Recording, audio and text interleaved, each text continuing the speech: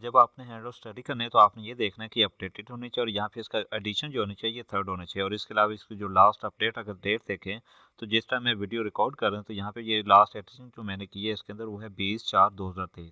ये जो सारे हैंडआउट्स है ये मैंने खुद बनाए हैं, इसको हाईलाइट वगैरह मैंने किया, फॉर्मेटिंग वगैरह मैंने की है और यहाँ पे इसमें जो भी चेंजेस है आप इसके एंड पे जाके देख सकते हैं। और मैं इन हैंडआउट्स का जो लिंक है ना वो यहाँ पे डिस्क्रिप्शन में दे दूंगा, आप यहाँ से भी डाउनलोड कर सकते हैं।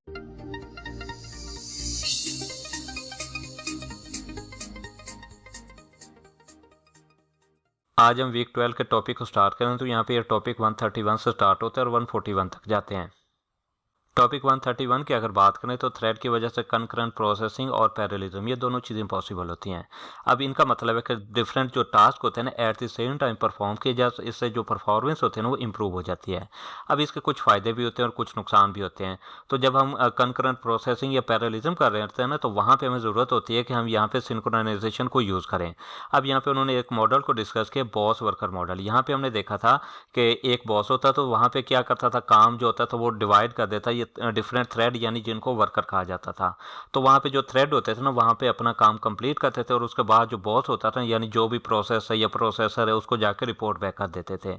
अब यहाँ पे जो बॉस होता है ना वो काम क्या करता था, जब सारे जो थ्रेड हैं या जो वर्कर हैं अपना काम कंप्लीट कर लेते थे और उसके पास आके उसको देते थे तो वहाँ पे जो बॉस होता था वो क्या काम करता था, उन सारे को कंबाइन करके एक जो रिजल्ट है ना फाइनल आउटपुट है वो दे देता था। तो यहाँ पे जो बॉस है ना वहाँ पे वर्कर मेमोरी को उसे तब तक एक्सेस नहीं करना चाहिए जब तक जो उसका थ्रेड है या वर्कर जो है वहाँ पे उसको आकर रिपोर्ट बैक ना करे। और इस तरह एक और चीज़ है कि यहाँ पे जो वर्कर होता है ना, जस्ट सपोज के कि वहाँ यहाँ पे जो प्रोसेस है उसने 10 थ्रेड या 10 वर्कर को क्रिएट करना था।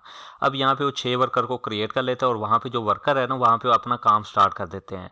तो वहाँ पे अगर कुछ वर्कर है उनको जो आने वाले यानी कि अभी जो हमने 4 क्रिएट ही नहीं किया तो वहाँ पे उनको मतलब उनमें से किसी की ज़रूरत पड़ती है तो वहाँ पे भी इशू क्रिएट हो सकता है। तो इसलिए जो सिंक्रोनाइजेशन है ये इंपॉर्टेंट है, यानी कि जब तक सारे जो थ्रेड है वो क्रिएट ना हो जाएं और इस तरह एक दूसरे के साथ सिंक्रोनाइजेशन ना हो तो वो एक दूसरे के बगैर जो है ना वो प्रोसेसिंग अपनी कंप्लीट नहीं कर सकेंगे। और इस तरह जो प्रोग्रामर है ना उसे इस चीज़ को भी इंश्योर करना चाहिए, यानी हम प्रोग्रामिंग सिस्टम प्रोग्रामिंग पढ़ रहे हैं ना तो वहाँ पे जो प्रोग्रामर होता है ना उसे ये इंश्योर करना चाहिए कि जो हमने थ्रेड बनाया है ना तो एक दूसरे के थ्रेड को यानी एक ही आइटम को 2 थ्रेड एक्सेस नहीं कर रहे हो, और अगर दोनों एक्सेस कर रहे हो ना तो दोनों जो है एट द सेम टाइम उसको रिमूव करने की कोशिश ना करें।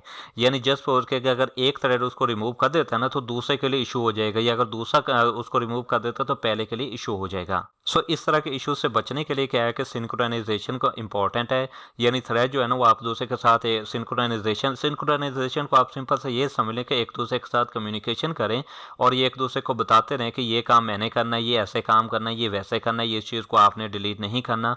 तो इस तरह की चीज़ों के थ्रू क्या होगी कि परफॉर्मेंस जो होगी वो इम्प्रूव हो जाएगी। अब यहाँ पे उन्होंने इसकी जो एग्जाम्पल के थ्रू समझाने की कोशिश की है तो इतनी इंपॉर्टेंट नहीं है, आप इसे स्किप भी कर सकते हैं। टॉपिक 132 की अगर बात करें जो हमें पैरेललिज्म और कंकरेंट प्रोसेसिंग की वजह से एक एरर अकर होती है जिसे क्रिटिकल सेक्शन प्रॉब्लम कहा जाता है। इस प्रॉब्लम की अगर बात करें तो यहाँ पे ये ऐसा सेगमेंट ऑफ कोड होता है जहाँ पे प्रोसेसेस होते हैं ना शेयर रिसोर्स को एक्सेस कर रहे होते हैं। अब ये शेयर रिसोर्स कौन कौन से हो सकते हैं, ये कॉमन वेरिएबल भी हो सकते हैं, कॉमन फाइल भी हो सकती हैं। यानी ये जो चीज़ें होती हैं सारे थ्रेड और प्रोसेसेस के लिए कॉमन होती हैं। जिस थ्रेड या प्रोसेसेस को इनमें से किसी चीज़ की ज़रूरत पड़ती है वो आएगा, इसको एक्सेस करेगा, इसके ऊपर जो भी इसने अपना काम करना होगा, वर्किंग करनी होगी वो करेगा और उसके बाद इसको लीव करके चला जाएगा।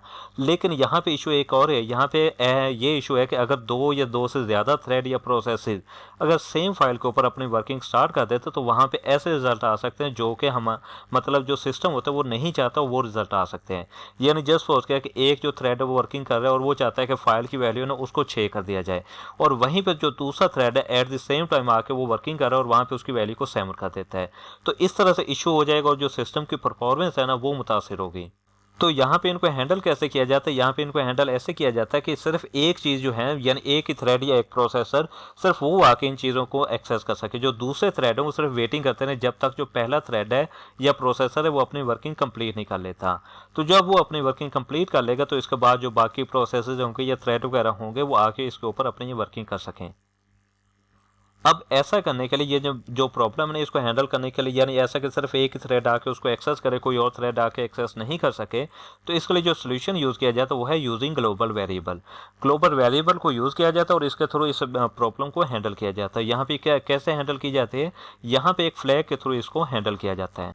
तो यहाँ पे मैं आपको समझाता हूँ। यहाँ पे देखिए हमारे पास एक थ्रेड का कोड है यहाँ से लेके यहाँ तक। अब यहाँ पे थ्रेड जो है ना, इसके ऊपर जो भी ग्लोबल वेरिएबल है ना, यानी जो शेयर रिसोर्सेज है सब उसको एक्सेस कर सकते हैं, तो उसके ऊपर वर्किंग करना चाहिए, उसका कोड है। अब यहाँ पे हम ग्लोबल वेरिएबल को यूज़ करें, कौन कौन से, यहाँ पे दो वेरिएबल को हम यूज़ करें। एक जो है ये ग्लोबल वेरिएबल है डी वर्ड एन, तो यहाँ पे क्या है, ये ग्लोबल वेरिएबल जो सबको एक्सेसिबल है, शेयर रिसोर्सेज है, जिस भी थ्रेड को या प्रोसेसर वगैरह को इसकी ज़रूरत है वो इसके ऊपर आके अपनी वर्किंग करेगा और इसको एक्सेस करने के बाद, मॉडिफिकेशन करने के बाद लीव करके चला जाएगा। अब यहाँ पे सारे थ्रेड इसको अगर करेंगे access at the same time, तो यहाँ पे इशू आ सकता है। तो इस इशू को रिजॉल्व करने के लिए हम एक और ग्लोबल वेरिएबल को यूज़ करें जो है फ्लैग।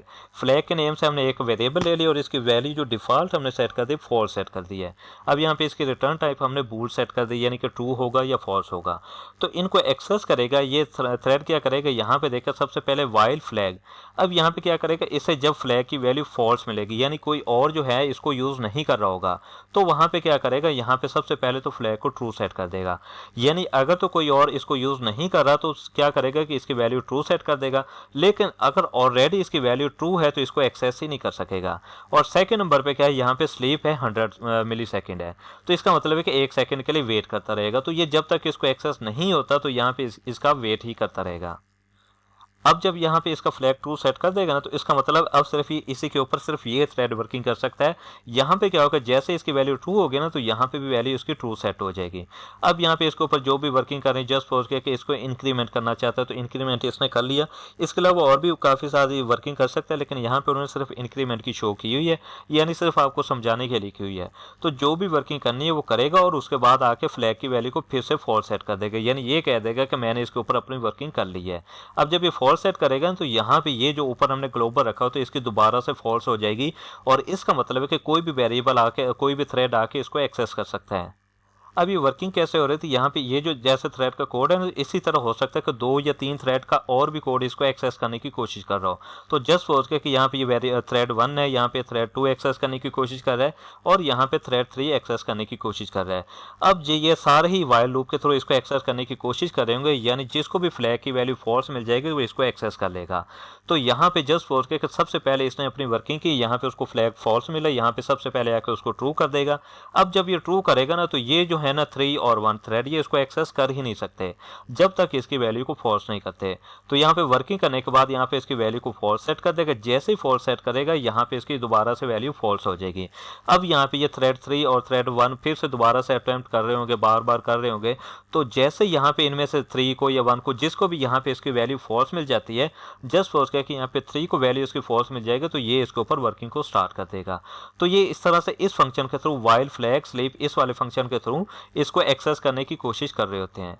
तो यहाँ पे आपको ये कोड या ये वाला कोड है ना, आपको शॉर्ट या लॉन्ग क्वेश्चन में आ सकता है। वो यहाँ पे आपसे ये पूछ सकते हैं कि सिंक्रोनाइजेशन प्रॉब्लम को आप कैसे सॉल्व कर सकते हैं। तो आपने 2 वेरिएबल ले लेने और यहाँ पे आपने छोटा सा कोड लिख देना है, और यहाँ पे मैंने आपको इनकी वर्किंग समझा दी। जो सेकंड सोल्यूशन है वो ये वाला है कि उसके जो लोकल कॉपी है वो यूज़ कर ले। टॉपिक 133 की अगर बात करें तो यहाँ पे सिंक्रोनाइजेशन जो प्रॉब्लम है ना, इसे काफ़ी हद तक हमने सॉल्व कर लिया है, लेकिन यहाँ पे फिर भी कुछ ना कुछ प्रॉब्लम रह जाते हैं। वो प्रॉब्लम क्या होते हैं, यहाँ पे होता है कि जब थ्रेड होता है ना, किसी ग्लोबल वेरिएबल को एक्सेस करता है, उसके ऊपर अपनी वर्किंग करता है, अपडेट करता है, और उसके बाद जब लीव करके चला जाता है, तो वहाँ पे क्या होता है कि कंपाइलर जो होता है ना, ऑप्टिमाइजेशन टेक्निक को यूज़ करता है। अब इस टेक्निक में होता क्या है कि वो इसकी जो वैल्यू होती है ना, वो रजिस्टर के अंदर स्टोर कर देता है, बजाय इसकी कि एक्चुअली जो इसकी वैल्यू होता है ना, मेमोरी के अंदर राइट करने की, इसकी वैल्यू रजिस्टर के अंदर स्टोर कर देता है। अब यहाँ पे इशू ये आता है कि जब नया थ्रेड आएगा ना, तो उसको ओल्ड वाली ही वैल्यू मिलेगी, न्यू वाली वैल्यू नहीं मिलेगी। तो इससे जो है ना, सिंक्रोनाइजेशन की जो थोड़ी बहुत प्रॉब्लम है वो फिर भी रह जाती है। अब यहाँ पे इसका एक सोल्यूशन तो ये है ना कि यहाँ पे कंपाइलर ऑप्टिमाइजेशन जो टेक्निक है ना, इसको ही टर्न ऑफ कर दिया जाए।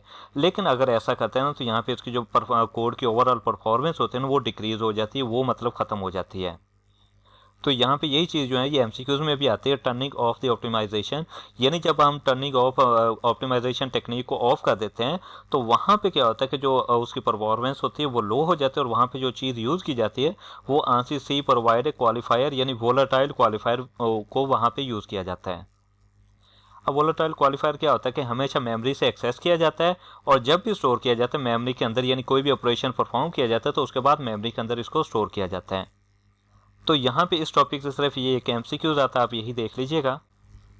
टॉपिक 134 की अगर बात करें तो यहाँ पे वोलेटाइल जो क्वालिफायर हम यूज़ करते हैं ना, समटाइम इसका नुकसान ये होता है कि जो दूसरे प्रोसेसर होते हैं ना, वहाँ पे उनको डिज़ायर्ड ऑर्डर में वैल्यू नहीं मिलती।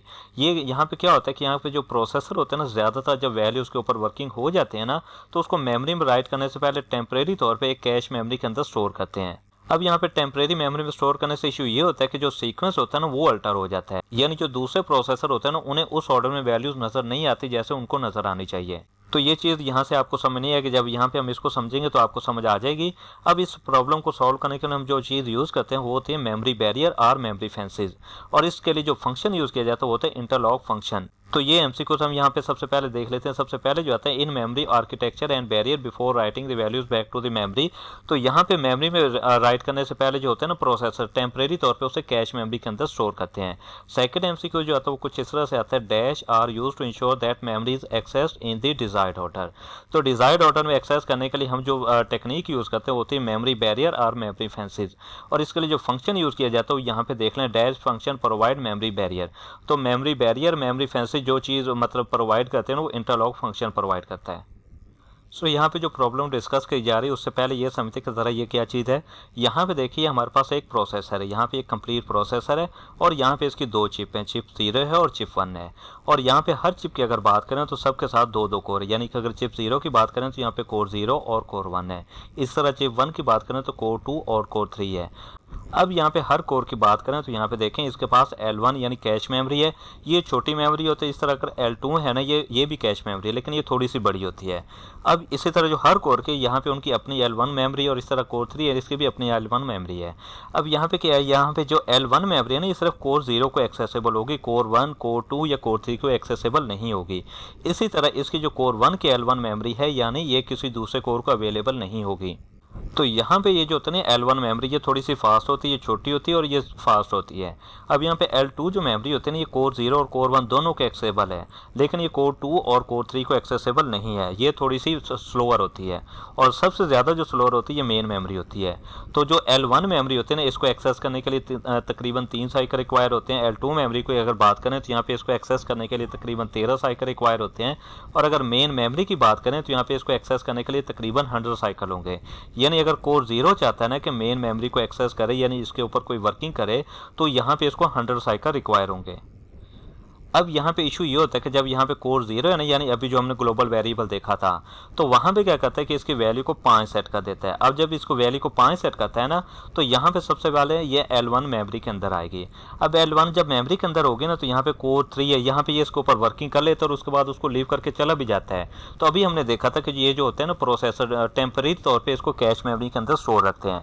अब यहाँ पे इसकी वैल्यू जो है वो 5 होगी, लेकिन यहाँ पे जो कोर 3 इसको जब एक्सेस करेगा तो इसको ओल्ड वैल्यू ही, जस्ट फोर के ओल्ड वैल्यू 0 थी, तो इसको ओल्ड वैल्यू ही शो होगी। एक्चुअली जो है वो इसकी वैल्यू चेंज हो चुकी है, लेकिन कैश मेमोरी में है, लेकिन अभी तक अपडेट नहीं हुई। तो यहाँ पे ये इस इशू को रिजॉल्व करने के लिए हम जो टेक्निक यूज़ करते हैं वो होती है मेमोरी बैरियर और मेमोरी फेंसेस, और इसके लिए जो हम फंक्शन यूज़ करते हैं वो है इंटरलॉक फंक्शन। अब ये फंक्शन क्या करते हैं, यहाँ पे इसको टेम्परेरी तौर पे इस कैश मेमोरी के अंदर स्टोर करने के बजाय क्या करते हैं, इसको डायरेक्टली आके यहाँ पे मेन मेमोरी के अंदर इसको स्टोर कर देते हैं। अब यहाँ पे जब इसकी वैल्यू सेट हो जाएगी ना, तो यहाँ पे कोर 3 जैसे इसको एक्सेस करेगा, तो या तो इसको अपडेटेड वैल्यू मिलेगी या इसको ओल्ड वैल्यू उसको रिमूव कर देगा और इसको न्यू वाली को यूज़ कर सकेगा। लेकिन यहाँ पे इस सारी चीज़ को यूज़ करने का एक नुकसान ये है कि इसको एक्सेस करने के लिए तकरीबन 100 जो साइकिल है ना वो रिक्वायर है, यानी कि इतना जो टाइम है इसके ऊपर वेस्ट हो रहा है। तो यहाँ पे उन्होंने सारी यही चीज़ें डिस्कस की है, आप देख लीजिएगा। यहाँ पे एक एमसीक्यू देख लें, ये पूछते हैं the use of dash shows that main memory is updated and cache of all process is coherent. तो मेमोरी बैरियर और मेमोरी फेंसेस के थ्रू जो होते हैं ना, जितने भी कोर होते हैं तो वहाँ पे अपडेटेड रहते हैं कि इसकी करंट वैल्यू क्या है, यानी कि उनको जब भी मिलती है अपडेटेड वैल्यू ही मिलती है।